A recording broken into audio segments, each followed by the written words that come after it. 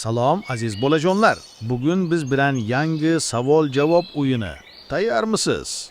Ha, albatta. Boshlaymiz. Qani bolajonlar, nega bir-birimizga yaxshi so'z aytish kerak? Chunki yaxshi so'z qalbni quvontiradi. Nega uyda tartib bo'lishi muhim? Chunki tartib qulaylik va osoyishtalik keltiradi. Qani kim aytadi? Nega vaqtida ovqatlanish kerak? Chunki bu sog'lig'imiz uchun foydali. Nega gullarni sug'orish kerak? Chunki ular ham tirik va g'amxo'rlikka muhtoj. Qani bolajonlar, nega yangi narsalarni o'rganish yaxshi? Chunki bilim hayotimizni boyitadi. Nega keraksiz narsalarni tashlamasdan oldin qayta ishlash kerak? Chunki bu tabiatni asraydi. Qani kim aytadi? Nega bir-birimizni tinglash muhim? Chunki bu hurmatni ko'rsatadi. Nega hech qachon yomon odatlarni qabul qilmaslik kerak?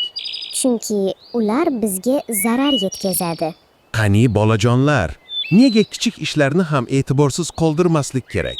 Chunki kichik yaxshiliklar ham katta foyda keltiradi. Nega yaxshi do'stni qadrlash kerak?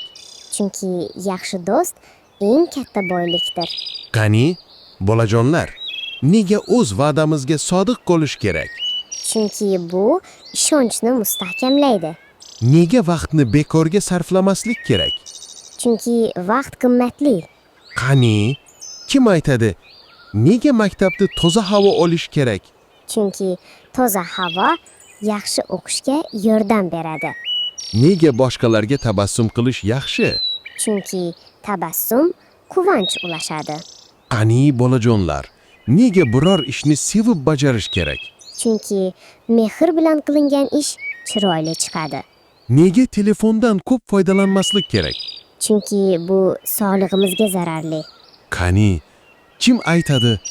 Nega xafa bo'lgan odamni ovutish kerak? Chunki mehr qalblarni davolaydi. Nega yolg'izlikda ham yaxshi ish qilish kerak? Chunki yaxshi ish faqat odamlar uchun emas, o'zimiz uchun ham. Qani bolajonlar, nega ortiqcha shovqin qilmaslik kerak? Chunki bu boshqalarga xalaqit beradi.